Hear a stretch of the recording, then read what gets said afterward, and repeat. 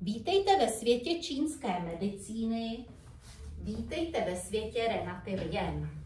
Tak, dneska kratoučký vstup, povíme si něco o jarní únavě.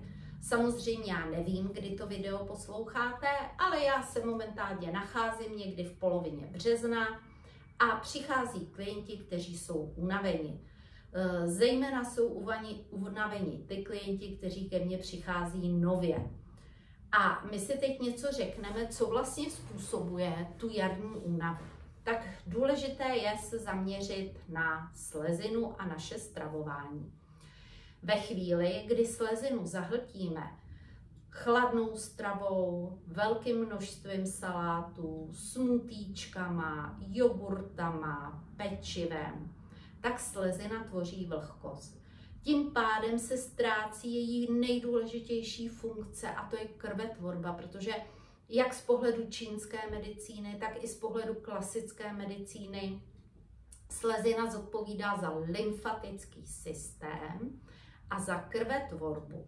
To znamená, aby se všechny živiny z toho, co my nadýcháme a sníme, dostaly do krve. A tyto živiny potom mohly být rozváděny do všech tkání a orgánů a my se cítili zdatní, neunavení, vstávali jsme s písní na ústech. Samozřejmě já nevstávám s písní na ústech, protože stávám v 5 hodin ráno, ale rozhodně se nehrabu pomalu, ale docela se mi dobře stává, pokud dobře jím. Jakmile udělám nějakou dietní chybu, tak samozřejmě se též cítím unavená. Takže co bychom měli vynechat? To, co již jsem říkala. Pozor, zejména v období zimy, na mléčné výrobky, na syrové ovoce, exotické ovoce. Exotické ovoce to jsou všechny ty banány, pomeranče, mandarinky, mango, vše, co se k nám dováží, co u nás neroste.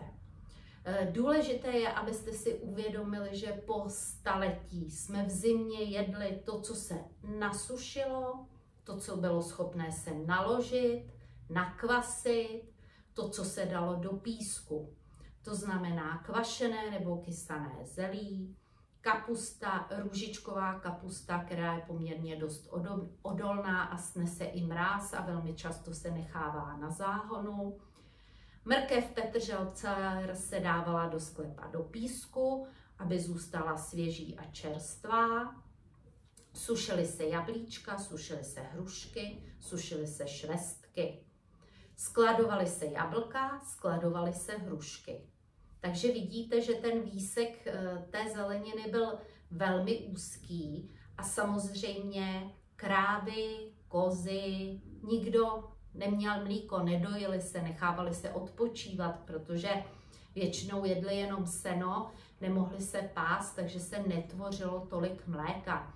Takže ani není vhodné v tomto období jíst velké množství mléčných výrobků. Mléčné výrobky chladí, jsou osvěžující, doplňují tekutiny, jsou pro nás důležité v létě, kdy je horko a kdy potřebujeme svlažovat. Takže pokud se zahltíte těmito potravinami, tak samozřejmě slezina do sebe načerpá vlhkost. A protože slezina vládne svalům, tak vlastně ta vlhkost se nasaje jako houba do těch svalů a vy si pak připadáte takový těžký, nezvednete ani nohu pomalu, když jdete do schodů, tak máte pocit, že táhnete nohu, která váží 100 kg a ne jenom nějaký kilo 2. Takže základ je pozor na stravu v zimě, protože ta strava se vám ohromně vymstí v tom jarním období, protože vy zahltíte slezinu vlhkem a oslabíte ledviny. Ledviny v zimě potřebují doplňovat vývary ze zeleniny, z kostí, z obilovin, luštěninové polévky. A samozřejmě můžete to kysaný zelí, sušený ovoce, abyste doplňovali, pít šípkový čaj, který má hodně vitamínu C, prostě prohřívat se a nezachlazovat se potravinama, které u nás běžně nerostou. Jak vždycky říkám svým klientům, nejste Maruška, abyste v zimě vyrazili ke 12 měsíčkům a poprosili je, aby udělali nějaký pěkný plácek v lese a vám tam vyrostly jahody. Takže, jak vidíte, je to důležitý, abychom dobře jedli, hezky se prohřívali, protože když se Jaro zeptá, co jsme dělali v zimě, a my jsme se blbě stravovali, tak budeme unavení, protože máme zahlcenou slezinu a máme oslabené ledviny. No a teď mě řeknete, no to je bezvale, co teď momentálně mám dělat. No tak hodem rychle se potřebujeme zbavit vlhkosti. To znamená, že buď si můžete udělat odvar ze slzovky. Slzovka je taková speciální obilovina, která se používala v Číně, v Egyptě. Je velmi podobná našim kroupům. A když si svaříte 2 lžíce slzovky s nějakýma 400 ml vody, přivedete to k varu, stáhnete, necháte vařit 20 minut. Do toho můžete přidat 2-3 plátky zázvoru syrového, slijete, vypijete a potom si ještě jednou uvaříte z té samé slzovky odvar, který ale budete vařit 30 minut a dáte si do něj čerstvý zázvor a budete to takto pít 2krát denně, tak vlastně hodně uvolníte tekutiny, trošku zregenerujete vaší slezinu, aby nebyla zahlcená tou vlhkostí a samozřejmě tím se budete cítit vitálnější, protože budete hodně čůrat, to znamená, ty zkažené ošklivé tekutiny z vás půjdou pryč.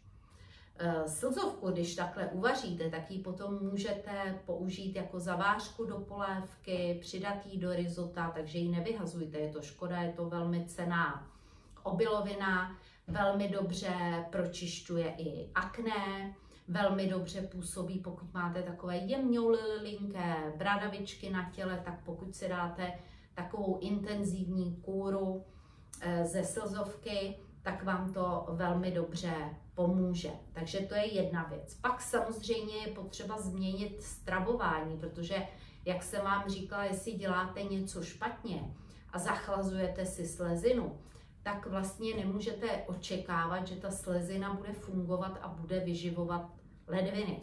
Takže podívejte se na to, co jíte a snažte se hodně vyživit slezinu, abyste podpořili činnost ledvin.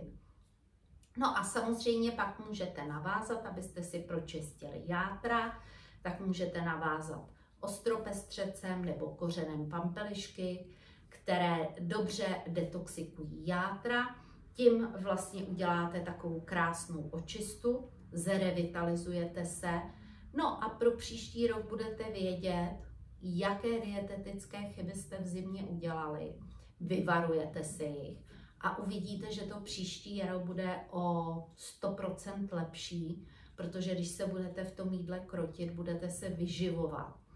A vzpomenete si, jak žili naši předkové. A nebudete se zbytečně zachlazovat, budete používat například syrový zázvor, hřebíček, bobkový lis, badián, to znamená z kořici, veškerý to koření, který zahřívá a podporuje vlastně tu yangovou část ledvin, tak uvidíte, že do toho jara v tom příštím roce se prohopkáte mnohem veseleji než letos. Takže doufám, že se vám podaří, aby se vaše slezina zbavila té vlhkosti a budete se cítit lépe, vyrazíte ven, protože zatím sluníčko už ukazuje svoji krásnou tvář a když je člověk unavený, tak čerstvý vzduch a pohyb vám určitě pomůžou stejně dobře jako strava. A já se budu těšit příště na shledanou u nějakých svých postřehů z mé ordinace. Takže přeji krásný, nerušený čas.